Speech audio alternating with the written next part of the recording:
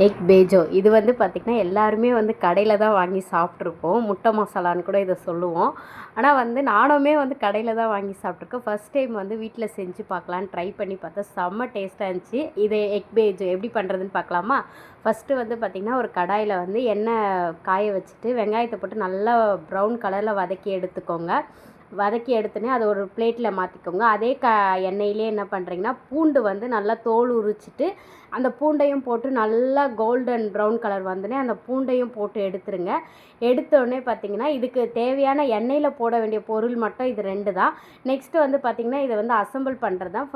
இது என்னென்னலாம் போட்டு நம்ம வந்து இந்த எக் பேஜோ பண்ணலான்னு பார்க்கலாம். இதுக்கு வந்து பார்த்திங்கன்னா நான் வந்து 4 முட்டை எடுத்திருக்கேன்.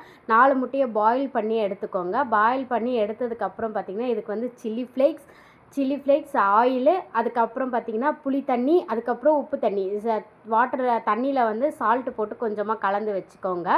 கலந்து வச்சுக்கிட்டு இதை எப்படி அசெம்பிள் பண்ணுறதுன்னு பார்க்கலாமா? ஃபஸ்ட்டு வந்து பார்த்திங்கன்னா ஒரு முட்டையை வந்து சைடாக கோடு போட்டுக்கோங்க. லைட்டாக கோடு போட்டு எடுத்துக்கோங்க. லைட்டாக ஓப்பன் ஆனோடனே ஃபஸ்ட்டு வந்து பார்த்திங்கன்னா ஆனியன் வச்சுருங்க. ஆனியன் வச்சுன்னே அதுக்கப்புறம் பார்த்திங்கன்னா சில்லி ஃப்ளேக்ஸை எண்ணெயில் கலந்து வைங்க. சில்லி ஃப்ளேக்ஸு ரொம்ப காரமாக இருக்கும்ல, கொஞ்சமாக எண்ணெய் கலந்துக்கோங்க அதில். அதை ஊற்றிடுங்க. அதுக்கப்புறம் பார்த்திங்கன்னா மேலே பூண்டு வச்சுருங்க.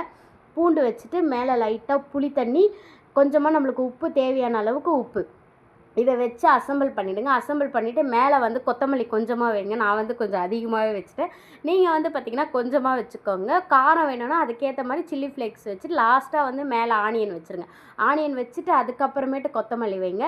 இதை வீட்லேயே ட்ரை பண்ணி பாருங்கள். நம்ம இது வரைக்கும் கடையில் தான் இதை சாப்பிட்ருப்போம். இந்த மாதிரி ட்ரை பண்ணி வீட்டில் சாப்பிட்டிங்கன்னா செம்ம டேஸ்ட்டாக இருக்கும்.